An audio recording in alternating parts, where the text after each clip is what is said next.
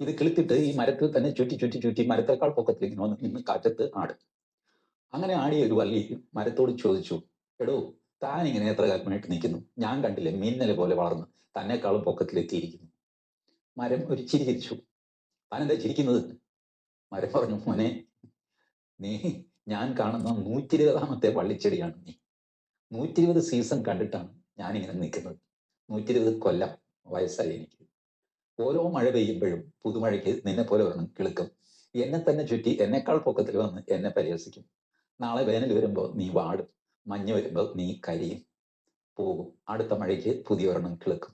അതും വിചാരിക്കും ഞാൻ ഭാരതീയ സംസ്കാരത്തെക്കാൾ വളർന്നിരിക്കുന്നു. ഇങ്ങനെ എത്ര വേടന്മാരെ കണ്ടിരിക്കുന്നു ഭാരതീയ സംസ്കാരം. അതുകൊണ്ട് ഇതിൽ ഒന്നും കവലപ്പെടാനൊന്നുമില്ല എന്ന് പറഞ്ഞുകൊണ്ട് ഞാൻ അങ്ങ് തള്ളിക്കളഞ്ഞു. ബട്ട് ഇതിനൊക്കെ സിമ്പിൾ. പണ്ട് ദൈവം അല്പം പയ്യെ പയ്യെ പിന്നെ ആയിരുന്നു. പിന്നെ ഇപ്പൊ എന്തോ കൊടുക്കും. ദൈവം കൂടെ കൂടെ അപ്പൊ അക്കൗണ്ട് തീർക്കുന്ന തിരക്കിലാണ്. കമ്പ്യൂട്ടറൈസ് ചെയ്ത് കാണും പുള്ളിയുടെ അക്കൗണ്ട്. അതുകൊണ്ട് വലിയ താമസിയാതെ തന്നെ അപ്പപ്പ കിട്ടും. വേടനുള്ള തിരിച്ചറിവ്. വേടനെതിരെ ബലാത്സംഗ കേസ് പാടത്തു ജോലിയും വരമ്പത്തു കൂലിയുമാണ്. ഇപ്പൊ പണ്ടൊക്കെ ആയിരുന്നു പിന്നെ പിന്നെ. കൊടുത്തിരിക്കുന്നത് ഒരു ലേഡി ഡോക്ടറാണ്, നിസ്സാരക്കാരിയല്ല. സംഭവം നമ്മൾ സാധാരണ കേൾക്കാറുള്ളത് തന്നെയാണ്. വിവാഹ വാഗ്ദാനം നൽകി പീഡിപ്പിച്ചു, ലഹരി കൊടുത്ത് പീഡിപ്പിച്ചു. ഇതിന്റെയൊക്കെ പിന്നാലെ പോയത് എന്തിനാണെന്നുള്ള ചോദ്യം ചോദിക്കാൻ പാടില്ല. എന്റെ പിന്നെ അതെങ്ങനെ ചോദിച്ചു കഴിഞ്ഞാൽ സ്ത്രീ വിരുദ്ധനാണ്, അപ്പടിയാണെന്നൊക്കെ പറഞ്ഞ് തല്ലാൻ പറ്റും.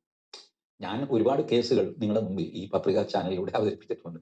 ഈ വിവാഹ വാഗ്ദാനം നൽകിയുള്ള പീഡിപ്പിക്കൽ അത് ഐദർ വേ, കൂടുതലും കോടതികൾ അവസാനം വെറുതെ വിടുകയാണ് ചെയ്തത്. ചിലതൊക്കെ കോടതിക്ക് പുറത്ത് ഒത്തുതീർപ്പാകും. നാളെ ഈ വേടൻ ലേഡി ഡോക്ടറെ കല്യാണം കഴിച്ചോളാം സമ്മതിച്ചു എന്നൊക്കെ പറഞ്ഞ് കോടതിയിൽ വന്നു നമുക്ക് പറയാൻ പറ്റില്ല. അങ്ങനെ വന്ന ധാരാളം കേസുകളുണ്ട്. ഞാൻ നിങ്ങളോട് തന്നെ അത്തരം കേസുകളുടെ ഡീറ്റെയിൽസ് പറഞ്ഞിട്ടുണ്ട്. ജഡ്ജിയുമായിട്ട് അടുപ്പത്തിലായ വിവാഹമോചനക്കാരി വിവാഹമോചന കേസ് കൊടുക്കാൻ വന്നതാണ്. അങ്ങനെ കേസുകാരായിട്ട് കോടതിയിൽ ഇറങ്ങി ഇറങ്ങി ജഡ്ജിയുമായിട്ട് ഏർപ്പാടിലായി. അവസാനം ജഡ്ജി കൈതട്ടി കഴിഞ്ഞപ്പോൾ ബലാത്സംഗ പീഡനം കേസ് എന്നൊക്കെ പറഞ്ഞു കൊടുത്തു. ഇങ്ങനെയൊക്കെയുള്ള ഒരുപാട് കോംപ്ലിക്കേഷൻസ്. അതുകൊണ്ട് ഞാനിതിൽ വേടൻ കുറ്റക്കാരനാണെന്നോ അല്ലെങ്കിൽ ലേഡി ഡോക്ടർ കുറ്റക്കാരിയാണെന്നോ കുഴപ്പക്കാരിയാണെന്നോ ഒന്നും പറയുന്നില്ല. Irrespective of the merits of the case ഞാൻ പറയുകയാണ്. ഇതൊക്കെ ഇൻവേരിയബിൾ ഡെസ്റ്റിനിയാണ്. ഇത്തരം ആളുകൾ ഓവർ പ്ലേ ചെയ്തു കഴിഞ്ഞാൽ. വേടന്റെ പാട്ട് BA മലയാളം സെക്കൻഡ് ഇയറിൽ പഠിപ്പിക്കാനായിട്ട് കോഴിക്കോട് യൂണിവേഴ്സിറ്റിയിലെ മറ്റോ തീരുമാനിച്ച് അതിന്റെ അഭിപ്രായം വാങ്ങാനായിട്ട് അല്പസ്വല്പം മലയാളം അറിയാവുന്ന ഡോക്ടർ MM ബഷീറിനെ, ഇവരെ പോലെയൊന്നും നമ്മുടെ MV ഗോവിന്ദനെ പോലെയോ സുനിൽ P ഇളയടത്തിനെ പോലെയോ അങ്ങനെ പണ്ഡിതരൊന്നും അല്ല MM ബഷീർ. അദ്ദേഹത്തിന്റെ ആയ ഒരു കുറവ് എന്ന് പറഞ്ഞു കഴിഞ്ഞാൽ മലയാളത്തിലെ അക്ഷരങ്ങളെല്ലാം തെറ്റുകൂടാതെ എഴുതാൻ അറിയാം. ഇതാണ് ഡോക്ടർ MM ബഷീറിന്റെ യോഗ്യത. അത്രയും മനസ്സിലാക്കിയാണ്. അതിൽ കൂടുതൽ അദ്ദേഹത്തെ പറ്റി പറയുന്ന ഒരുപക്ഷെ അദ്ദേഹത്തിന് തന്നെ ഇഷ്ടപ്പെടില്ല. അതുകൊണ്ടാണ് ആ മനുഷ്യന്റെ അഭിപ്രായത്തിന് എഴുതി കൊടുത്തു. അങ്ങനെ പറഞ്ഞു, ഇതൊക്കെ ചാവറാണ്, ഇതൊന്നും കോളേജിൽ പഠിക്കാൻ മാത്രമുള്ള സ്റ്റാൻഡേർഡ് ഒന്നുമില്ല. മനസ്സിലായോ? അതുകൊണ്ട് ഇത് പഠിപ്പിക്കരുതെന്നാണ് എന്റെ അഭിപ്രായം എന്ന് പറഞ്ഞിട്ട് ആ സാധു മനുഷ്യൻ അഭിപ്രായം എഴുതി കൊടുത്തു. ചോദിച്ചപ്പോൾ എഴുതി കൊടുത്തതാണ് കേട്ടോ. കാര്യം ഏതാണ്ട് എല്ലാവർക്കും മനസ്സിലായിട്ടുണ്ടാകുമല്ലോ. വാനോളം പൊക്കിയവരും പുകഴ്ത്തിയവരും പാടി പുകഴ്ത്തിയവരും ഒന്നും കണ്ടില്ല. ഇത് കേൾക്കുമ്പോൾ എനിക്ക് ഓർമ്മ വരുന്നത് നമ്മുടെ ഫസൽ ഗഫൂറിനെയാണ് കേട്ടോ. പോപ്പുലർ ഫ്രണ്ടിനെ വാനോളം പൊക്കിയും പുകഴ്ത്തിയും കേരളത്തിലെ മുഴുവൻ മുസ്ലിങ്ങളോടും വാതോരാതെ പറഞ്ഞു, ഒരു പ്രാദേശിക പാർട്ടിയെ നിങ്ങളൊന്ന് ജയിപ്പിച്ചാൽ നിങ്ങൾ വിചാരിക്കുന്നത് പോലെ ഇസ്ലാമിക രാഷ്ട്രം എന്ന സ്വപ്നം സാക്ഷാത്കരിക്കാൻ സാധിക്കും. എന്ത് ചെയ്യാന്? പോപ്പുലർ ഫ്രണ്ടിനെ റെയ്ഡിനോടനുബന്ധിച്ചിട്ട് തീഹാർ ജയിലിൽ അടച്ചപ്പോൾ അന്ന് മുങ്ങിയതാണ് കാക്ക. അതുവരെ ചാനലുകളിൽ അറഞ്ചം പുറഞ്ചം വന്നിരുന്ന് കപട മതേതരത്വം വിളിച്ചു കൂവിയിരുന്ന കാക്കായെ ഇനിയും വേണം കാണാൻ. കാക്കായെ കണ്ടിട്ടില്ല പിന്നീട്. അതുപോലെ ഇവിടെ വേടനെ പൊക്കിക്കൊണ്ട് നടന്ന ഉസ്താദുമാരൊക്കെ തൽക്കാലം ലീവിലാണ് കാക്കാമാരെ കാണാൻ. ഇനിയും എപ്പോഴാണോ വേടനെ കുറിച്ചിട്ട് ആളുകൾ മറന്നു തുടങ്ങുന്നത്, അപ്പോൾ പൊങ്ങി വരാം എന്ന് വിചാരിച്ചിട്ടായിരിക്കും. ഇരിക്കട്ടെ. പലരും ചോദിക്കുന്നു, നിങ്ങൾ എന്തുകൊണ്ടാണ് വേടനെ മാത്രം പറയുന്നത്? ക്രിസ്ത്യാനികള് മതം മാറ്റിയ ഹിന്ദു പെൺകുട്ടികളുടെ ഛത്തീസ്ഗഡിലെ വിഷയത്തെ കുറിച്ചിട്ട് എന്താണ് പറയാത്തത്? ഒരു കാര്യം, ഞാൻ എന്ത് വിഷയത്തെ കുറിച്ച് സംസാരിക്കണം എന്ന് തീരുമാനിക്കുന്നത് ഞാനാണ്, നിങ്ങളല്ല. എനിക്കുള്ള അതേ റൈറ്റ്സ് തന്നെ, അതേ മീഡിയ തന്നെ നിങ്ങളുടെ കയ്യിലും. അപ്പോൾ നിങ്ങൾക്ക് പറയാനുള്ള അഭിപ്രായം എന്നെ കൊണ്ട് പറഞ്ഞ് തൽക്കാലം നിങ്ങൾ ഫ്രസ്ട്രേഷൻസ് ഇറക്കി വെക്കണ്ട. നിങ്ങൾക്ക് ഈ സമൂഹത്തോട്, ഈ രാജ്യത്തോട് പ്രതിബദ്ധതയുണ്ടെങ്കിൽ അത് നിങ്ങൾ അങ്ങോട്ട് പറയുക. എന്നെ കൊണ്ട് പറയിപ്പിച്ച് നിങ്ങൾ സുഖിക്കണ്ട. കേട്ടല്ലോ? രണ്ടാമത്തെ കാര്യം അതാണ് പറയാനുള്ളത്. ഇന്ന് കൊട്ടാരക്കരയില് ഒരു പെൺകുട്ടിയെ പ്രണയം നടിച്ച് മതം മാറ്റാൻ ശ്രമിച്ച ഒരു സംഭവം ഉണ്ടായിട്ടുണ്ട്. എന്തായിരുന്നാലും എല്ലാവരും ഒന്നും ആ വാർത്ത റിപ്പോർട്ട് ചെയ്യില്ല. നമ്മൾ പ്രതീക്ഷിക്കുന്ന ഒരു മാധ്യമത്തിൽ മാത്രമേ ഇത്തരം വാർത്തകൾ കിട്ടൂ. ശരി, ആ മാധ്യമം ഏതാണ് എന്ന് നിങ്ങൾക്ക് ഈ വാർത്ത കേൾക്കുമ്പോൾ മനസ്സിലാകും. ആർക്കാണ് പ്രണയക്കെണിയും സെക്സ് ജിഹാദും നാർക്കോട്ടിക് ജിഹാദും എന്നൊക്കെ ഞാൻ പറയാതെ തന്നെ നിങ്ങൾക്ക് മനസ്സിലാകുമല്ലോ. കൊട്ടാരക്കരയിൽ സ്കൂൾ വിദ്യാർത്ഥിനിയെ പ്രണയം നടിച്ച് മതം മാറ്റാൻ ശ്രമം. ഹൈന്ദവ വിശ്വാസങ്ങൾ വിട്ട് ഇസ്ലാം ആകണമെന്നും പൊന്നാനിയിലേക്ക് പോകണമെന്നും പെൺകുട്ടിയോട് ആവശ്യപ്പെട്ടതായി വെളിപ്പെടുത്തൽ. നിരന്തരമായ ഭീഷണിയെ തുടർന്ന് ഭീതിയിലാണ് പെൺകുട്ടിയും കുടുംബവും. ജനം ടിവിയോട് ഇക്കാര്യം അവർ തുറന്നു പറയുകയും ചെയ്തു. ജനം എക്സ്ക്ലൂസീവ്. ഫ്രണ്ട്ഷിപ്പ് തുടങ്ങി പിന്നെ റിലേഷനിലോട്ട് പോയി ആദ്യം വലിയ കുഴപ്പമൊന്നുമില്ലായിരുന്നു. പിന്നെ വീട്ടിൽ പറഞ്ഞപ്പോൾ എൻ്റെ ഉമ്മ പറഞ്ഞത് ഞാൻ മതം മാറി ചെന്നേ പറ്റൂ. ഞാൻ ആദ്യമൊക്കെ സമ്മതിച്ചില്ല. അപ്പം ഞാൻ ആ ഒരു സംസാരം വരുമ്പോഴേ ഞാനങ്ങ് വഴിതിരിച്ച് വിടുകയാണ് ചെയ്യുന്നത്. എങ്കിലും ഇടയ്ക്കിടയ്ക്ക് ഇങ്ങനെ പറയും. അത് പറയും പൊന്നാനിയിൽ സത്യസമയത്ത് കൊണ്ടുപോകും എന്നെ, അവിടെ ക്ലാസ് ഉണ്ട്, അവിടെ നിർത്തും, മതം മാറിയേ പറ്റൂ എന്ന് പറഞ്ഞു. +2 വിദ്യാർത്ഥിനിയെ പഴയ പരിചയം പുതുക്കാനെന്ന രീതിയിൽ ഇൻസ്റ്റാഗ്രാമിലൂടെയാണ് യുവാവ് വലയിലാക്കിയത്. പ്രണയാഭ്യർത്ഥന നടത്തിയ ശേഷം ഹൈന്ദവ വിശ്വാസിയായ പെൺകുട്ടിയോട് പലതവണ മതം മാറണമെന്ന് ആവശ്യപ്പെട്ടു. ഇതിനായി പൊന്നാനിയിൽ പോകണമെന്നും സത്യസരണിയിൽ 15 ദിവസത്തെ ക്ലാസ് ഉണ്ടാകുമെന്നും അറിയിച്ചു. കുറിയിടുന്നതും അമ്പലത്തിൽ പോകുന്നതും എതിർത്തിരുന്നതായും പെൺകുട്ടി പറയുന്നു. എന്നോട് അമ്പലത്തിൽ പോകരുത്, തട്ടിടണം, പൊട്ടിടരുത്, കുറിയിടരുത്. ഞാൻ എന്തോ പൊട്ടോ കുറിയോ എന്തോ പോസ്റ്റ് ചെയ്യാൻ ചെയ്തു. ഉടനെ അത് ഡിലീറ്റ് ചെയ്യിപ്പിച്ചതിനെ കൊണ്ട് നീ പൊട്ടിടുന്നേ കുറിയിടുന്നേ എനിക്ക് തന്നെ ഞാൻ പറയുന്നത് നിനക്കൊന്നും തോന്നരുത്, എനിക്ക് നീ പൊട്ടും കുറിയിടുന്ന എനിക്ക് ഇഷ്ടമല്ല, അതിന്റെ കണ്ണിന് മുന്നിൽ കാണരുത് എന്നൊക്കെ പറഞ്ഞിട്ടുണ്ട്. യുവാവിനെതിരെ മറ്റൊരു പെൺകുട്ടിയും പൂയപ്പള്ളി പോലീസിൽ പരാതി നൽകിയിട്ടുണ്ട്. ഇയാളുടെ വീട്ടുകാർക്ക് കാര്യങ്ങൾ അറിയാമായിരുന്നുവെന്നും പെൺകുട്ടി പറയുന്നു. എനിക്ക് മുന്നേ ഒരു പെൺകുട്ടി ഇങ്ങനെ ഉണ്ടായിട്ടുണ്ട്. അവരുടെ വീട് അടുത്തടുത്ത. അപ്പം റോഡ് വെച്ച് കുട്ടീനെ ഉപദ്രവിച്ചിട്ടൊക്കെ ഉണ്ട്. എനിക്കും പേടിയുണ്ട് ഇങ്ങനെ ഉപദ്രവിക്കുമോ എന്നുള്ളത്. അതുകൊണ്ടാണ് ഞാൻ കേസായിട്ട് പോയത്. മതം മാറും എന്ന് പറഞ്ഞ് ഇസ്ലാമിനെ കുറിച്ച് പഠിക്കുമെന്ന് പറഞ്ഞ് എത്രയോ നാളത്തെ ക്ലാസ് ഉണ്ട്, നിന്നെ അവിടെ നിർത്തും, ഞാൻ നിർത്തിട്ടിങ്ങനെ വരും അങ്ങനെയൊക്കെ പറഞ്ഞു. എനിക്ക് ഇതിനെ കുറിച്ചൊന്നും അറിയത്തില്ലായിരുന്നു. അവന്റെ വീട്ടുകാരുടെ അറിവുകൾ. നിരന്തരമായ ഭീഷണികൾക്കൊടുവിലാണ് പെൺകുട്ടി അമ്മയോട് കാര്യം തുറന്നു പറയുന്നത്. ഞാനിപ്പോ 1.5 ആഴ്ച ആയതുള്ളൂ ഇത് അറിഞ്ഞിട്ട്. ഏതൊരു 5 മാസത്തോളം ഇതിങ്ങനെ ടോർച്ചറിങ് മാനസികമായിട്ടുള്ള പീഡനം കൊച്ചു സഹിക്കുന്നുണ്ടായിരുന്നു. പക്ഷെ ഇവിടെ കൈനേരം ഒക്കെ അറുത്തു, ഗുളികകൾ വാരി കഴിച്ചു. ഇതൊക്കെ ഞാൻ വിളിച്ച് ഡിപ്രഷൻ പഠിക്കാനുള്ള എന്റെ എക്സാമിന്റെ അങ്ങനെയൊക്കെയുള്ള ഡിപ്രഷൻ ആണെന്ന് കരുതി ഞാൻ അതിനെ കണ്ടത്. അപ്പൊ അവരുടെ അടുത്ത് ഞാൻ പറയും നീ ഉള്ള മാർക്ക് വാങ്ങിയാൽ മതി എന്നൊക്കെ പറഞ്ഞ് ഞാൻ ആശ്വസിപ്പിച്ചിട്ടുണ്ട്. പക്ഷെ ഇതാണ് കാരണം എനിക്ക് അറിയത്തില്ലായിരുന്നു. പിന്നെ അതിനുശേഷം ഒരു ദിവസം ഈ ഒരു ബുക്ക് എടുത്തിന്റെ കയ്യിൽ തന്നിട്ടുള്ളൂ. അമ്മ ഇതൊന്ന് വായിച്ചു നോക്കുന്നത്. ഞാൻ ആ ബുക്കിനകത്ത് എഴുതിയേക്കുന്നത് മൊത്തം വായിച്ചു നോക്കി ഞാൻ സത്യം പറഞ്ഞാൽ ഞെട്ടിപ്പോയി. വൈകുന്നേരം സ്കൂളിൽ വന്നപ്പോൾ ഞാൻ ഇവിടുത്തെ കാര്യങ്ങൾ ചോദിച്ചപ്പോൾ ഇവിടെ എത്തി കാര്യങ്ങൾ അപ്പോഴാണ് പറയുന്നത്. അപ്പൊ ആ ബുക്കിനകത്ത് എഴുതിയേക്കുന്നത് പോലെ തന്നെ ഞാനൊക്കെ ബുക്കിൽ എഴുതാത്തതായിട്ടുള്ള ഒരുപാട് കാര്യങ്ങൾ പറയേണ്ടി വന്നു അവർക്ക് എൻ്റെ അടുത്ത്. തനിക്ക് പിന്നിൽ ഒരുപാട് ആളുകളുണ്ടെന്നും അവരുടെ സഹായത്തോടെ മതം മാറിയാൽ കിട്ടുന്ന പണം കൊണ്ട് ജീവിക്കാമെന്നും യുവാവ് പെൺകുട്ടിക്ക് വാഗ്ദാനം നൽകി. ഒരു ആലപ്പുഴയിലുള്ള ജോബി, അയാളാണ് കൊച്ചിനെ അവിടെ കൊണ്ടുചെന്ന് കൊടുക്കാൻ ഇവരുടെ അടുത്ത് പറഞ്ഞിട്ടുള്ളത്. ഈ ജോബി ആരാണെന്ന് എനിക്ക് അറിയത്തില്ല. മോള് പറഞ്ഞിട്ടുള്ള അറിവേ ഉള്ളൂ. അയാൾക്ക് ഈ പയ്യന് അയാളുമായിട്ട് കോണ്ടാക്ട് ഉണ്ട്. ആലപ്പുഴക്കാരനാണെന്നും അയാളുടെ വീട്ടിൽ കൊണ്ട് നിർത്താമെന്നും പറഞ്ഞിട്ടുണ്ട്.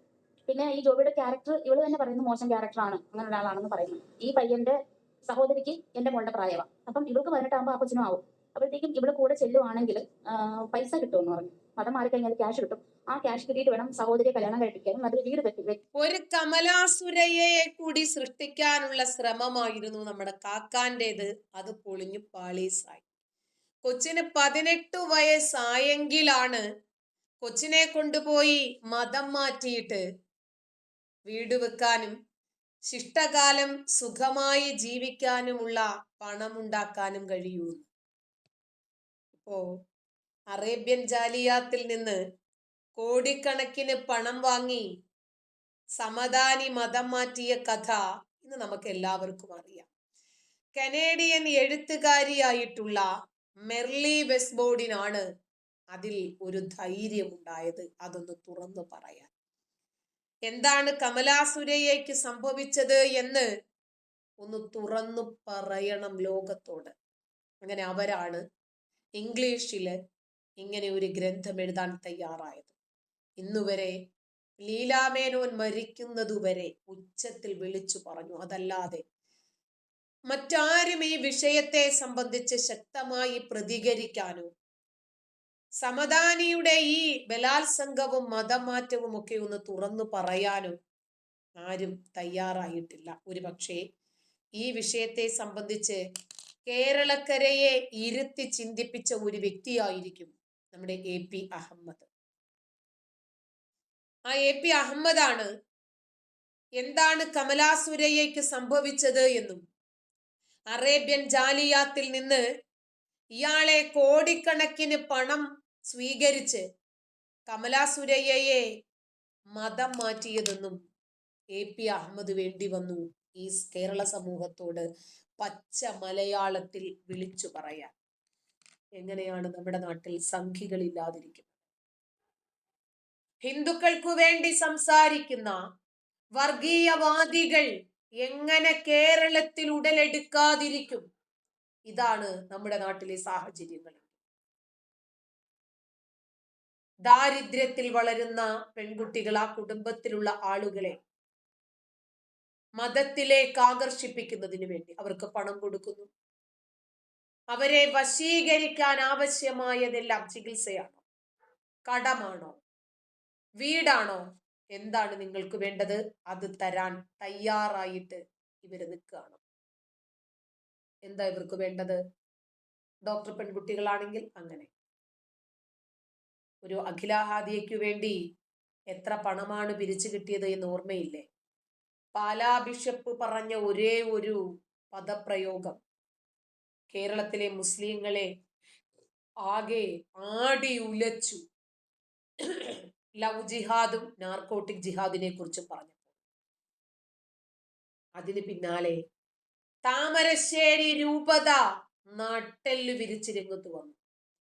ലവ് ജിഹാദിനെ തള്ളിപ്പറയുന്ന രൂപത്തിൽ അതിന്റെ വിവിധ ഘട്ടങ്ങളെ കുറിച്ച് പരാമർശിച്ചിട്ടാണ് തലശ്ശേരി രൂപതയുടെ ഒരു കൈപ്പുസ്തകം പുറത്തു വരുന്നത്. പാലാ ബിഷപ്പിന്റെ പ്രസംഗത്തെ തുടർന്നുള്ള വിവാദങ്ങൾ കെട്ടടങ്ങുന്നതിന് മുമ്പ് തന്നെ ലവ് ജിഹാദിന്റെ വിവിധ ഘട്ടങ്ങളെ സംബന്ധിച്ച് താമരശ്ശേരി രൂപത ഒരു കൈപ്പുസ്തകം ഇറക്കി അവരെ ബോധവൽക്കരണം നടത്തി. താമരശ്ശേരി രൂപതയുടെ കീഴിലുള്ള വിശ്വാസ പരിശീലന കേന്ദ്രം ഇടവകകളിൽ ഈ പുസ്തകം വിതരണം ചെയ്തു. സത്യങ്ങളും വസ്തുതകളും എന്ന ടൈറ്റിലിൽ 33 ചോദ്യങ്ങളിലൂടെ എന്ന ഒരു കൈപ്പുസ്തകമായിരുന്നു ലവ് ജിഹാദിന്റെ ഘട്ടങ്ങളും അതിനെതിരെ സ്വീകരിക്കേണ്ടുന്ന മുൻകരുതലുകളും വിശദീകരിച്ചു കൊണ്ട് പുറത്തിറങ്ങി. പെൺകുട്ടികളെ വശീകരിക്കുന്നതിനു വേണ്ടി ഇസ്ലാം മതവിശ്വാസികളും പുരോഹിതന്മാരും ഒക്കെ ആഭിചാര ക്രിയകൾ നടത്തുന്നുണ്ട് എന്നതടക്കം ഈ പുസ്തകം എടുത്തു പറയുന്നുണ്ട്. ആഭിചാര ക്രിയകളുടെ വിശദാംശങ്ങളും കൈപ്പുസ്തകം വിശദീകരിക്കുന്നു. കൈവിഷം അഥവാ ഓതിക്കെട്ടൽ എന്നൊക്കെ ആ പുസ്തകത്തിനകത്ത് പറയുന്നുണ്ട്. ഞാനതൊന്നും വിശ്വസിക്കുന്ന ആളല്ല. പെൺകുട്ടിയുടെ പേനയോ തുവാലയോ, ടവല്, കർച്ചീഫ്, തലമുടി, ഇതിലേതെങ്കിലും ഒരു വസ്തുവോ സ്വന്തമാക്കും. ഈ പെൺകുട്ടിയുടെ പേര് പറഞ്ഞോ അതല്ലാതെയോ ഒക്കെ ആഭിചാരം ചെയ്യാമെന്നൊക്കെയാണ് പുസ്തകത്തിനകത്ത് പറയുന്നത്. എന്തായിരുന്നാലും 9 ഘട്ടങ്ങളാണ് അതിനകത്ത് വിശദീകരിക്കുന്നത്. വശീകരണവും ലൈംഗിക ബന്ധവും വിവാഹവും ഒക്കെ ഇതിലെ വ്യത്യസ്തമായ ഘട്ടങ്ങളാണ്. പെരുന്നാൾ ആഘോഷത്തിന് വീട്ടിലേക്ക് വിളിക്കുന്നത് പോലും ഗൂഢമായ ഇത്തരം ലവ് ജിഹാദിന്റെ ഭാഗമാണ് എന്ന വിവരവും ആ പുസ്തകം പറയുന്നു. പ്രണയക്കുരുക്കില് അതിന്റെ വല ഇത്രമേൽ ഭീകരമാണെങ്കിലും അതിൽ നിന്ന് രക്ഷപ്പെടാനുള്ള മാർഗവും ആ പുസ്തകം വിശദീകരിക്കുന്നുണ്ട്. എന്താണത് ചെയ്യേണ്ടത് എന്നൊക്കെ പറയുന്നുണ്ട്. മതപരിവർത്തനം നടത്തിയ പെൺകുട്ടികളെ ഐസിസ് തീവ്രവാദികൾക്ക് ലൈംഗിക അടിമകളാക്കി വിൽക്കുന്നതടക്കം ആ പുസ്തകം പരാമർശിക്കുന്നു. തീവ്രവാദ പ്രവർത്തനങ്ങൾക്ക് ഉപയോഗിക്കുന്നു. അനാഥാലയങ്ങളിൽ, അതായത് യതീം ഖാനകളിൽ ജോലിക്കാരാക്കുന്നു. മതപുരോഹിതന്മാരുടെയോ തീവ്രവാദികളുടെയോ ഒക്കെ ഭാര്യമാരിൽ ഒരാളാക്കുന്നു എന്നൊക്കെ പുസ്തകം വിശദീകരിച്ചു പറയുന്നുണ്ട്. അല്ല, ഒരാൾ ഈ ലവ് ജിഹാദിനകത്ത് അകപ്പെടുന്നു എന്നതിന്റെ അർത്ഥം അവരുടെ വീഴ്ത്തുന്നവന്റെ കഴിവും മികവും ഒന്നുമല്ല, മറിച്ച് വീഴുന്നവന്റെ കഴിവുകേടുകൂടി നമ്മൾ ഇവിടെ പരാമർശിക്കും. ഒരാൾക്ക് നമ്മൾ കുറച്ച് പൈസ കടം കൊടുത്തു എന്ന് വിചാരിക്കുക, അല്ലെങ്കിൽ അവരെ സഹായിച്ചു എന്ന് വിചാരിക്കുക. ഒരു കഷ്ടപ്പാട് നമ്മളോട് പറഞ്ഞപ്പോഴാണ് നമ്മുടെ മനസ്സലിഞ്ഞത്. 9 കഷ്ടപ്പാട് പറഞ്ഞാൽ അവര് തിരിച്ചു തരില്ല ആ പൈസ. അവര് അപ്പോഴും ചിന്തിക്കും, ഇവരിങ്ങോട്ട് തന്നതല്ലേ നമുക്ക്. ഇതാണ് ഇന്ന് ലോകം. അത് മനസ്സിലാക്കി പെരുമാറിയാൽ നല്ലത്. ഒരാൾ നമ്മളെ പറ്റിച്ചു എന്നതിന്റെ അർത്ഥം, അതല്ലെങ്കിൽ ഒരാൾ നമ്മളോട് വാങ്ങിയിട്ട് തന്നില്ല എന്നതിന്റെ അർത്ഥം അവര് കഴിവും മിടുക്കുമുള്ളവരാണെന്നല്ല, നമ്മൾ കഴിവില്ലാത്തവരാണ്. ആളെ മനസ്സിലാക്കാനുള്ള കപ്പാസിറ്റി ഇല്ലാത്തവരാണ് നമ്മൾ എന്ന് ഞാൻ അങ്ങനെയൊക്കെയാ മനസ്സിലാക്കുക കേട്ടോ. ഞാൻ ഏതൊരു വിഷയത്തിലും എൻ്റെ മിസ്റ്റേക്ക്, എൻ്റെ പോരായ്മ, എൻ്റെ തെറ്റ്, എൻ്റെ അറിവില്ലായ്മ, അതാണ് അതിനകത്ത് ഞാൻ കാണാൻ ശ്രമിക്കാറ് കേട്ടോ. കാരണം നമ്മൾ ചാടിക്കേറി ഒരു കാര്യത്തിൽ പെട്ടുപോയെങ്കിൽ അത് നമ്മുടെ കഴിവ് കേടല്ല. അതിനെക്കുറിച്ച് നമ്മൾ കൂടുതൽ സംസാരിച്ചിട്ട് കാര്യമില്ല. ഇവർക്ക് ലവ് ജിഹാദിൽ ആളെ വീഴ്ത്താൻ മാത്രമല്ല അറിയുന്നത് കേട്ടോ, മറ്റ് പല കാര്യങ്ങളും ഇവർക്കറിയാം. ഇവർ പോകാതിരിക്കണമെങ്കിൽ എന്താണ് ചെയ്യേണ്ടത് കൃത്യമായിട്ട് അവർക്കറിയാം. അവരതൊക്കെ നോക്കി പഠിച്ചു മനസ്സിലാക്കി വെച്ചിട്ടുണ്ട്. വലിയവരായിരുന്നാലും ശരി, ചെറിയവരായിരുന്നാലും ശരി, അവർക്കറിയാം ഇതിനെ എങ്ങനെ പ്രതിരോധിക്കണം. ലവ് ജിഹാദ് ഇല്ല എന്ന് പറഞ്ഞ പല ആളുകളും ലവ് ജിഹാദിന്റെ ഇരകളെ സംബന്ധിക്കുന്ന വാർത്തകൾ കാണുമ്പോൾ ലവ് ജിഹാദ് ഉണ്ടോ ഇല്ലേ എന്ന് നിങ്ങൾ നോക്കണം. മുമ്പ് റിൻഷ എന്ന പെൺകുട്ടിയുടെ ഒരു വാർത്ത വന്നിട്ടുണ്ടായിരുന്നു. ആ പറ്റിപ്പിന്റെ ന്യൂജൻ വെർഷനൊക്കെ അറിയാം, നല്ലതുപോലെ അറിയാം. നമ്മളിതൊക്കെ കണ്ടും മനസ്സിലാക്കിക്കൊണ്ടും തന്നെയല്ലേ ഇരിക്കുന്നത് ആരിഫെ. നമ്മളും ഈ ലോകത്ത് തന്നെയല്ലേ ജീവിക്കുന്നത്. നമ്മളും നിരന്തരം കാണുന്നു ലവ് ജിഹാദിൽ അകപ്പെട്ട് എത്രയോ പെൺകുട്ടികൾ ഇവരുടെ വലകളിൽ വീണുകൊണ്ടിരിക്കുക. നിൽക്കട്ടെ, ജിഹാദ് എന്ന് പറയുമ്പോൾ 1, 2, 3 രീതികളല്ല, 100 കണക്കിന് ജിഹാദിന്റെ വിശദാംശങ്ങൾ. നമ്മൾ ലാൻഡ് ജിഹാദിനെ കുറിച്ച് കേട്ടിട്ടുണ്ട്, ഹലാൽ ജിഹാദിനെ കുറിച്ച് കേട്ടിട്ടുണ്ട്, ലവ് ജിഹാദ്, സെക്സ് ജിഹാദ്, നാർക്കോട്ടിക് ജിഹാദ്, പിന്നെ ബിസിനസ് ജിഹാദ്, ഇതൊക്കെ കേട്ടിട്ടുണ്ടല്ലോ. ഒന്ന് കേട്ടു. അമ്മയ്ക്ക് എല്ലാം അറിയാം. പരസ്യമാണ്, ഡയറക്റ്റ് ആയിട്ട് എടുത്തതായത്. മതപരിവർത്തന മാഫിയകൾ തകർന്ന് വളർന്നുകൊണ്ടിരിക്കുന്ന ഒരു സാഹചര്യം, തഴച്ചു വളർന്നുകൊണ്ടിരിക്കുന്ന ഒരു സാഹചര്യത്തിലാണ് നമ്മളുള്ളത്. മാഷിന്റെ കൂടെയാണോ നിൽക്കുന്നത് അതോ പ്രൊഫസർ സാലി അഹമ്മദ് മാഷിന്റെ കൂടെയാണോ നിൽക്കുന്നത് അതോ വിദ്യാസാഗറിനോടൊപ്പമാണോ നിൽക്കുന്നത്? അഹമ്മദ് മാഷ് പറഞ്ഞ കാര്യത്തിന്റെ അത് ഫാക്ച്വൽ എറേഴ്സ് ഉണ്ട്. ഫാക്ച്വൽ എറർ എന്താണെന്ന് ചോദിച്ചാൽ അവിടെ വെച്ചിരുന്ന ബോംബ് എന്ന് പറയുന്നത് ഒരേ സമയത്ത് അതൊരു രാഷ്ട്രീയ കൊട്ടേഷനും ഒരു മതപരമായ കൊട്ടേഷനും വരും.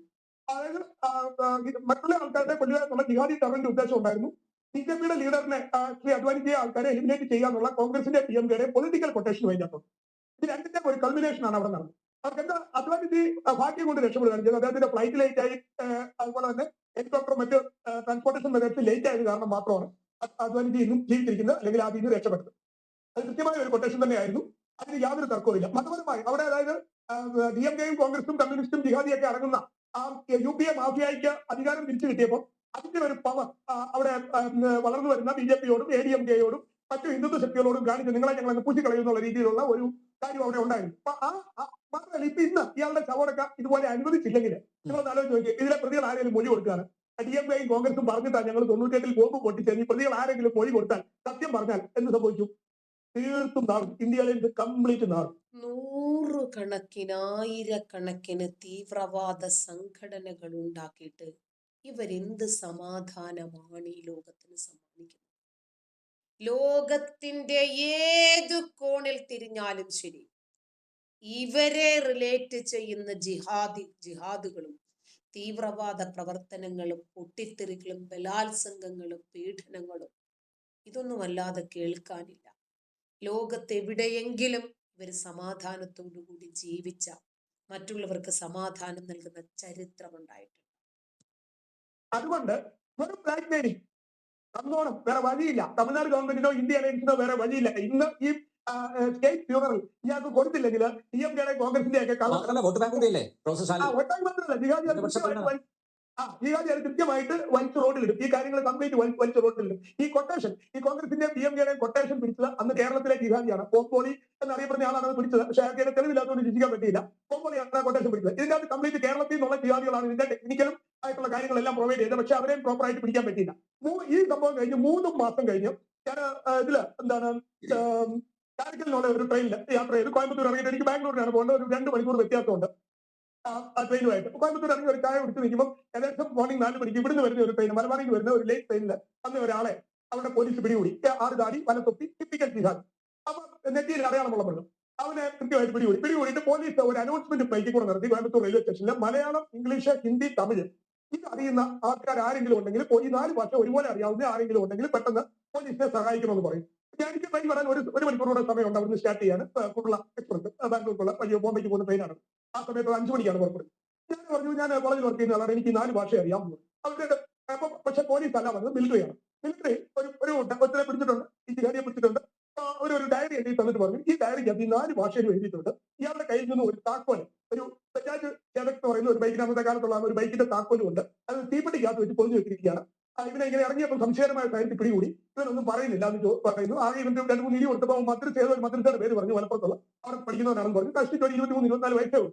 അപ്പൊ ഈ ഇതിലെ കോഡഡ് ആയിട്ടുള്ള ലാംഗ്വേജിലാണ് എഴുതിയിരിക്കുന്നത്. അതിന് കൃത്യമായിട്ട് ഞാൻ ഈ 4 ഭാഷ അറിയാവുന്നതുകൊണ്ട് കൃത്യമായിട്ട് ഇതിനകത്ത് പറഞ്ഞു ഇന്ന സ്ഥലത്ത് ഒരു ബൈക്ക് വെച്ചിട്ടുണ്ട്, ഒരു സ്കൂട്ടർ വെച്ചിട്ടുണ്ട്, അത് എടുത്ത് ഇന്ന സ്ഥലത്ത് കൊണ്ടുപോയി കൊടുക്കണം, അതാണ് മെസ്സേജ്. മേബി അതിന്റെ അകത്ത് വില പറക്കോ വല്ലതും കാണാം, അത് നിങ്ങൾ നോക്കിക്കോളൂ എന്ന് പറഞ്ഞു. അവരന്നേരം അവരെ പൊയ്ക്കൊണ്ട് പോയി. അതായത് ഇത് അവിടുത്തെ ഒറ്റപ്പെട്ട സംഭവമല്ല. കേരള ബന്ധമുള്ള ജിഹാദികളാണ് ഈ പരിപാടി അവിടെ ആസൂത്രണം ചെയ്തത്, നടപ്പിലാക്കിയത്. അത് അവിടെയുള്ള കൃത്യമായിട്ട് ഹിന്ദു സമൂഹം ബിസിനസ്സുകാർക്കെതിരെ നടത്തിയ ഒരു പരിപാടിയാണ്. അതെല്ലാം പിന്നീട് ആ കാര്യങ്ങളെല്ലാം ഇതിന്റെ ഗൂഢാലോചനയുടെ പുറകിലേക്ക് പോകാനോ ഒന്നും അന്വേഷണ ഏജൻസികൾക്ക് പറ്റിയില്ല. അത് കറക്റ്റായിട്ട് ചെയ്തിരുന്നെങ്കിൽ കേരളത്തിലെ ജിഹാദികളും കേരളത്തിലെ കുറെ രാഷ്ട്രീയക്കാരും കോൺഗ്രസും കമ്മ്യൂണിസ്റ്റും PMKയും ഒക്കെ ഇറങ്ങുന്ന രാഷ്ട്രീയക്കാരും കൂടെ അകത്ത് പോയേനെ. ഇന്ന് ആ രാഷ്ട്രീയക്കാർ ഒരു പ്രത്യുപകാരം ചെയ്തിരിക്കുകയാണ് ഇയാൾക്ക്.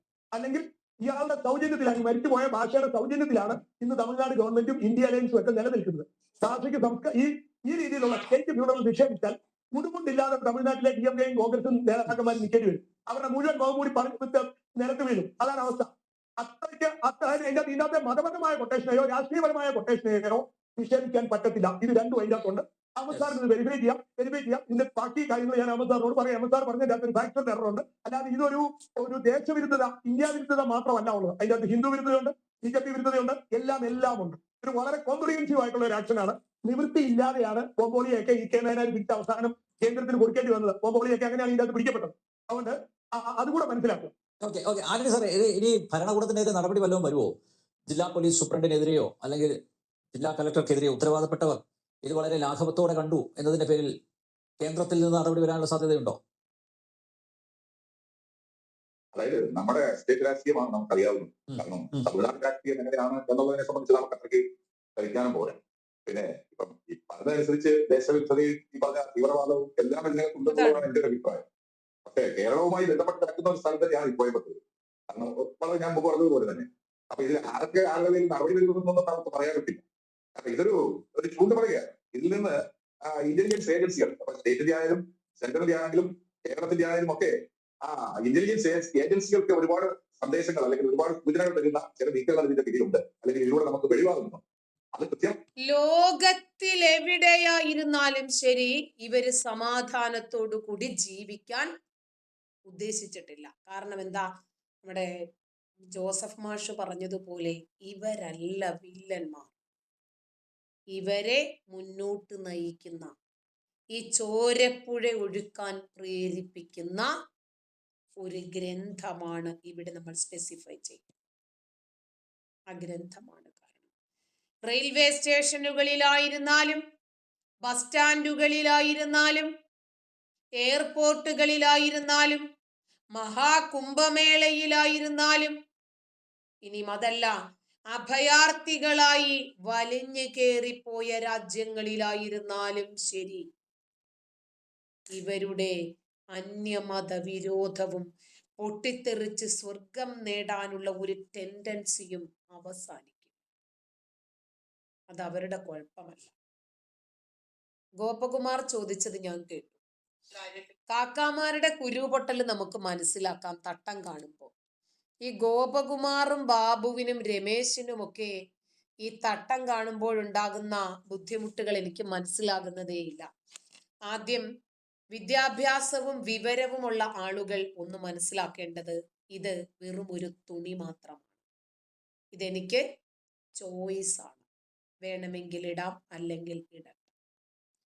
എന്നെ കേൾക്കുന്ന, എന്നെ അറിയുന്ന ആളുകൾക്കറിയാം ഞാനൊരു ഇസ്ലാം മത വിശ്വാസിയാണോ. ഞാൻ ഈ തട്ടമിട്ട് നാളെ ചത്ത് സ്വർഗത്തിൽ പോയിട്ട് സ്വർഗം വാങ്ങിക്കാൻ ഇരിക്കുന്ന ആളാണോ എന്ന് കൃത്യമായിട്ട് എന്നെ അറിയുന്നവർക്കറിയാം, എന്നെ കേൾക്കുന്നവർക്ക് മനസ്സിലാകും. ഈ തട്ടമിടുന്നത് എന്തായിരുന്നാലും ചത്ത് സ്വർഗത്തിൽ പോയി ഹൂറന്മാരുമായിട്ട് ശയിക്കാനല്ല എന്ന് എന്നെ അറിയുന്നവർക്കറിയാം. തന്നെയുമല്ല, ഞാൻ ഈ തട്ടമിട്ടിട്ട് എന്താണ് പറയുന്നത് എന്നെങ്കിലും കേട്ടാൽ തലയ്ക്കകത്തൊരു ലവലേശം വെളിവുള്ളവർക്ക് മനസ്സിലാകും. ഇത് വിശ്വാസി ഇടുന്ന തട്ടമാണോ അതോ ഇത് ട്രോളി ഇടുന്ന തട്ടമാണോ എന്നെങ്കിലും അറ്റ്ലീസ്റ്റ് നിങ്ങളൊന്ന് മനസ്സിലാക്കണം. കോയാമാർക്ക് തട്ടം കാണുമ്പോൾ കുരുക്കൾ പൊട്ടും. അവര് പറയുന്നത് ഈ തട്ടമിട്ടിട്ട് ഉമ്മയെ ഭോഗിക്കാം, പെങ്ങളെ ഭോഗിക്കാം, മോഷ്ടിക്കാം, ബലാത്സംഗം ചെയ്യാം, കള്ളു കുടിക്കാം, കഞ്ചാവടിക്കാം, ലഹരി കൊണ്ടുവരാം, പർദ്ദയിട്ടിട്ട് അവർക്ക് ഉമ്മറത്തൂടെയും പിന്നാമ്പുറത്തൂടെയും സ്വർണമോ മലദ്വാർ ഗോൾഡോ ഒക്കെ കൊണ്ടുവരുന്നതിന് ഒരു കുഴപ്പമില്ല. അവരെ ആരെയും ഇന്നുവരെ ഇവരാരും മതത്തിൽ നിന്നും പുറത്താക്കിയിട്ടുമില്ല.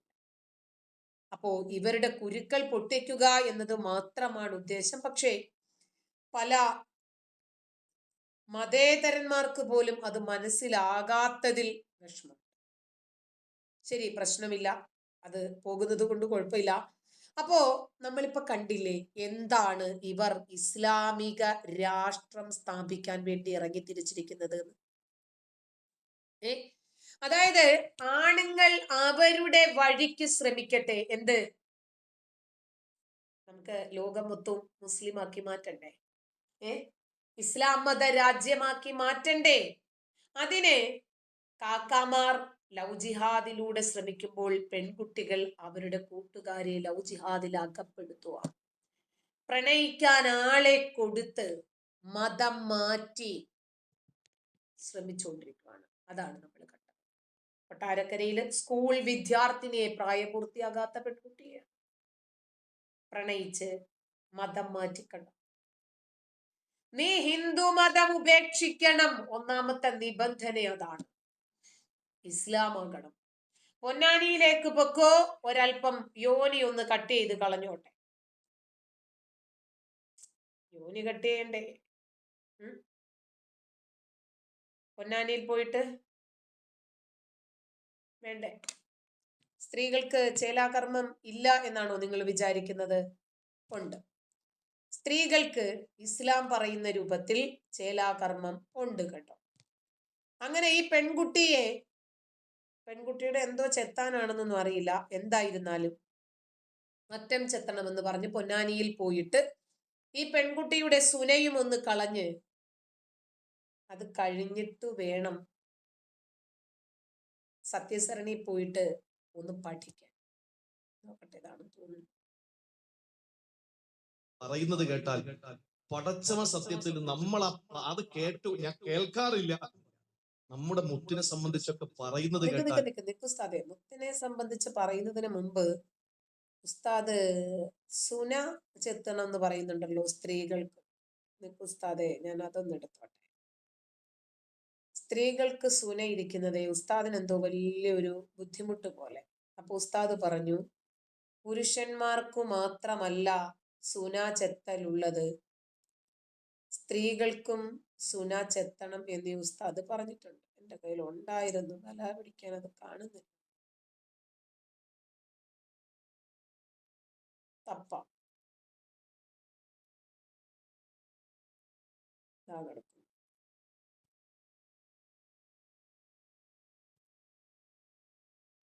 എന്റെ പ്രിയപ്പെട്ട സഹോദരങ്ങളെ, ഒരു പ്രമാദമായ വിഷയത്തിന്റെ നിങ്ങളോട് അതിന്റെ അതിന്റെ ചുരുളഴിച്ചു തരാൻ ഞാൻ ഉദ്ദേശിക്കുകയാണ്. അൽ ഖിത്താനു, ചേലാകർമ്മം ചെയ്യുക. ചേലാകർമ്മം ചെയ്യുക. എന്റെ പ്രിയപ്പെട്ട സഹോദരങ്ങളൊന്ന് ശ്രദ്ധിക്കുക. ഈ ചേലാകർമ്മം ചെയ്യുക എന്ന് പറഞ്ഞ സ്ഥാനത്ത് അൽ ഖിത്താനിൽ തിജാനി പുരുഷന്മാര് ചേലാകർമ്മം ചെയ്യണമെന്നല്ല പറഞ്ഞത്. പുരുഷന്മാരോട് ചേലാകർമ്മം ചെയ്യണമെന്നല്ല പറഞ്ഞത്. മറിച്ച് അൽ ഖിത്താനു ഈ പറഞ്ഞത് മുഴുവനും ആണിനും പെണ്ണിനും ബാധ്യത. സ്കൂൾ വിദ്യാർത്ഥി തലനാഴി തലനാരിഴയ്ക്ക് രക്ഷപ്പെട്ടു. അതല്ലെങ്കിൽ ആ പ്രായപൂർത്തിയാകാത്ത കൊച്ചിന്റെ സുന ഇവൻ പൊന്നാനിയിൽ കൊണ്ടുപോയിട്ട് മുറിച്ചേനെ. എന്റെ പ്രിയപ്പെട്ട സഹോദരങ്ങളെ, ഹിത്താൻ എന്ന് പറയുന്നത്, ചേലാകർമ്മം ചെയ്യുക എന്ന് പറയുന്നത്, അത് ആണിനും പെണ്ണിനും അള്ളാഹുവിന്റെ ദീൻ പറഞ്ഞിട്ടുള്ള കാര്യമാണ്. കേരളത്തിൽ പൊതുവെ നമ്മളൊക്കെ അംഗീകരിക്കുന്നത് മഹാനായ ശൈഖ് സൈനുദ്ദീൻ മഖ്ദൂം റളിയല്ലാഹു തആല അൻഹുവിന്റെ ഫത്ഹുൽ ഖൈൻ എന്ന ഗ്രന്ഥമാണ്. അതിൽ വളരെ വ്യക്തമായിട്ട് കൊടുത്തിട്ടുണ്ട്, ആണിനും പെണ്ണിനും ചേലാകർമ്മം നിർബന്ധമാണ്. ദീനിന്റെ ഏതെങ്കിലും രീതിയിലുള്ള കൽപ്പനകൾക്ക് വിധേയമായതല്ല, അത് ദീനി വിരുദ്ധമാണ് എന്ന് വിലയിരുത്തിക്കൊണ്ട് ആളുകൾ സംസാരിച്ചു. എനിക്ക് വിനയത്തോട് കൂടിയിട്ട് എന്റെ പ്രിയപ്പെട്ട രാഷ്ട്രീയ നേതാക്കന്മാരോട് ഒരു കാര്യം പറയാനുള്ളത്, സാംസ്കാരിക നേതാക്കന്മാരുടെ കാര്യം പറയാനുള്ളത്, എന്റെ പ്രിയപ്പെട്ട സഹോദരങ്ങളെ, നിങ്ങൾ ദീനി വിഷയങ്ങൾ പറയുമ്പോൾ സൂക്ഷിക്കേണ്ടിയിരിക്കുന്നു. നിങ്ങൾ ദീൻ പഠിക്കാതെയാണ് പറയുന്നത്. നിങ്ങളോട് ആരാ പറഞ്ഞത് ഈ ചേലാകർമ്മം സ്ത്രീകൾ ചെയ്യുന്നത് അത് ദീനി വിരുദ്ധമാണെന്ന്? ആരാ നിങ്ങളോട് പറഞ്ഞത്? ഗൗരവത്തോടു കൂടി എന്റെ പ്രിയപ്പെട്ട സഹോദരങ്ങൾ മനസ്സിലാക്കാനുള്ളത്, ആണിനും പെണ്ണിനും നിർബന്ധമായ, എന്നാൽ മിക്ക ഇമാമിയങ്ങളുടെ അടുക്കലും പെണ്ണുങ്ങൾക്ക് സുന്നത്താണ് എന്ന് പറയുന്ന ഒരു കാര്യമാണ് ചേലാകർമ്മം എന്ന് പറയുന്നത്. അത് ഏത് ഭാഗമാണ് അത് അതിന്റെ കർമ്മം നടത്തേണ്ടതെന്നും അത് എങ്ങനെയാണ് അതിന്റെ ഭാഗം, അത് മൊത്തം അങ്ങ് കളഞ്ഞേരെ ഉസ്താദെ, എന്നാ പിന്നെ സമാധാനമായല്ലോ.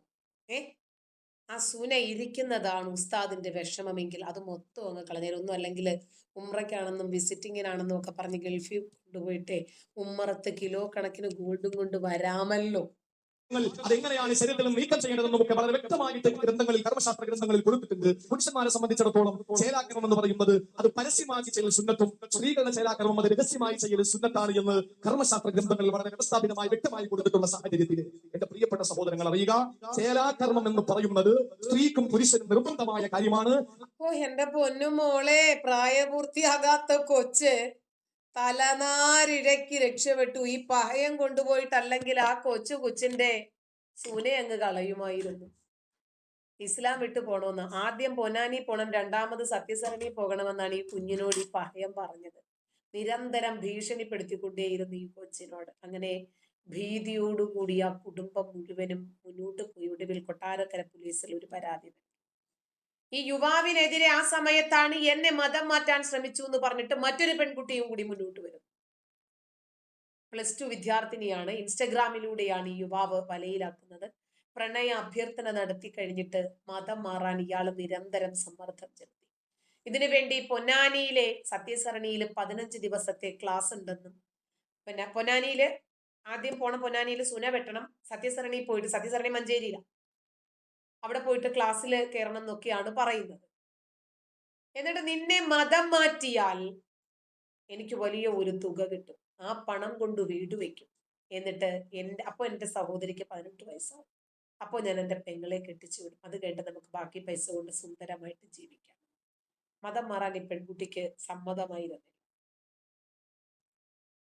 അപ്പൊ ഇയാൾ പറഞ്ഞു, ഞാൻ ഒറ്റയ്ക്കല്ല, മര്യാദയ്ക്ക് മതം മാറിക്കോ, എൻ്റെ കൂടെ വലിയ ഒരു സംഘമുണ്ട്, ഭീഷണിപ്പെടുത്താൻ തുടങ്ങി. അങ്ങനെ പെൺകുട്ടി ഭയന്നു. ഇതിനിടയിൽ പെൺകുട്ടി ജീവൻ എടുക്കാനും ഒരു ശ്രമം നടത്തിയിട്ടുണ്ട്. ഒടുവിലെ ആരോഗ്യം വീണ്ടെടുത്ത പെൺകുട്ടി അമ്മ സൗഹൃദമായിട്ട് മോളോട് കാര്യം അന്വേഷിച്ചപ്പോൾ ഫ്രണ്ട്ഷിപ്പായിട്ട് തുടങ്ങിയതാണ്. അത് പിന്നീട് ഒരു റിലേഷൻഷിപ്പിലേക്ക് പോയി. പിന്നീട് മതം മാറി അവന്റെ കൂടെ പോകാൻ വേണ്ടിയിട്ട് അവൻ നിർബന്ധിച്ചു, പോയില്ല. പൊന്നാനി പോണം, സത്യസരണി പോണം, അവിടെ ക്ലാസ് ഉണ്ട്, ഇവിടെ ക്ലാസ് ഉണ്ട്, മതം മാറണം, അമ്പലത്തിൽ പോകരുത്, നെറ്റിയിൽ ഈ ചന്ദനവും സിന്ദൂരവും ഒന്നും ഇടരുതൊന്നും എനിക്ക് ഇഷ്ടമല്ല എന്നൊക്കെ പറഞ്ഞിട്ട് ഒരു പൊട്ടിട്ട ഫോട്ടോ ഇൻസ്റ്റഗ്രാമിൽ ഇട്ടപ്പോഴേക്ക് അവൻ ഭയങ്കരമായിട്ട് പ്രകോപിപ്പിച്ച് ദേഷ്യപ്പെട്ടിപ്പിച്ചിനെ കൊണ്ട് ഡിലീറ്റ് ചെയ്യിപ്പിച്ചത്. മര്യാദയ്ക്ക് തട്ടമിട്ടോളാൻ പറഞ്ഞു. അങ്ങനെയൊക്കെ ആയപ്പോഴത്തേക്കിനാണ് പ്രായപൂർത്തിയാകാത്ത കൊച്ചു പെൺകുട്ടിയല്ലേ, കഴിഞ്ഞ 5 മാസമായിട്ട് മോള് നിരന്തരം ഭീഷണി നേരിട്ടുകൊണ്ടിരിക്കുകയാണെന്ന് പറഞ്ഞിട്ട് അമ്മയാണ് കൊട്ടാരക്കര പോലീസിനെ സമീപിക്കുന്നത്. ഒടുവിൽ ആ പെൺകുട്ടി ഞരമ്പ് മുറിച്ച് ജീവൻ എടുക്കാൻ ശ്രമിച്ചു. അന്ന് അമ്മ വിചാരിച്ചു പഠിക്കാനൊന്നും കൊച്ചിന് പറ്റുന്നുണ്ടാവത്തില്ല, കൊച്ചിന് മാർക്ക് കുറഞ്ഞതിന്റെ വിഷമമൊക്കെ ആയിരിക്കുമെന്നാണ് വിചാരിച്ചത്. സംഭവം അറിഞ്ഞതിന് പിന്നാലെ പ്രായപൂർത്തിയാകാത്ത കൊച്ചല്ലേ, ചൈൽഡ് ലൈനിൽ കുടുംബം പരാതി. അങ്ങനെയാണ് കൊട്ടാരക്കര പോലീസ് ഒരു ഒത്തുതീർപ്പിന് ശ്രമിച്ചു എന്നും ഇതിന്റെ പിന്നിൽ ഒരു ആരോപണം ഉയരുന്നുണ്ട്. തുടർന്ന് കുടുംബം ഉന്നത പോലീസ് ഉദ്യോഗസ്ഥർക്ക് പരാതി നൽകി. ഇത് എന്തുവാ നമ്മുടെ നാട്ടിൽ നടക്കുന്നത്? വെള്ളരിക്കാപ്പാട്ടാണ്. ആ കൊച്ച് ഇവനെ പേടിച്ച് തന്നെ മുന്നോട്ട് പോയിരുന്നതെങ്കിൽ ആ കുഞ്ഞിന്റെ സുന പോയേ.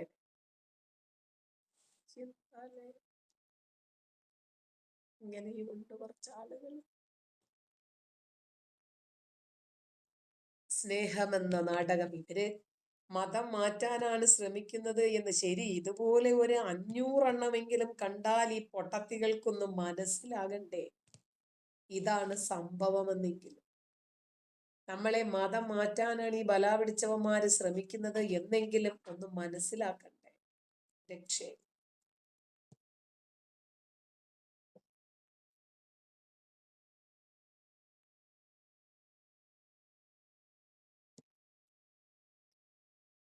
Extreme secularism is the main cause of destruction. Yes.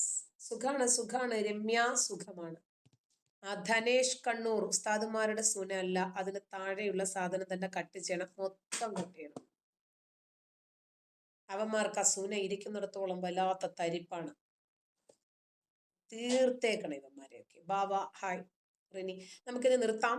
ഇന്ന് എനിക്ക് 2 മണിക്കൂർ ഇരിക്കാൻ പറ്റില്ല, കാരണം 7 മണിക്ക് ഇരിക്കണം എന്ന് വിചാരിച്ചു, പറ്റിയില്ല.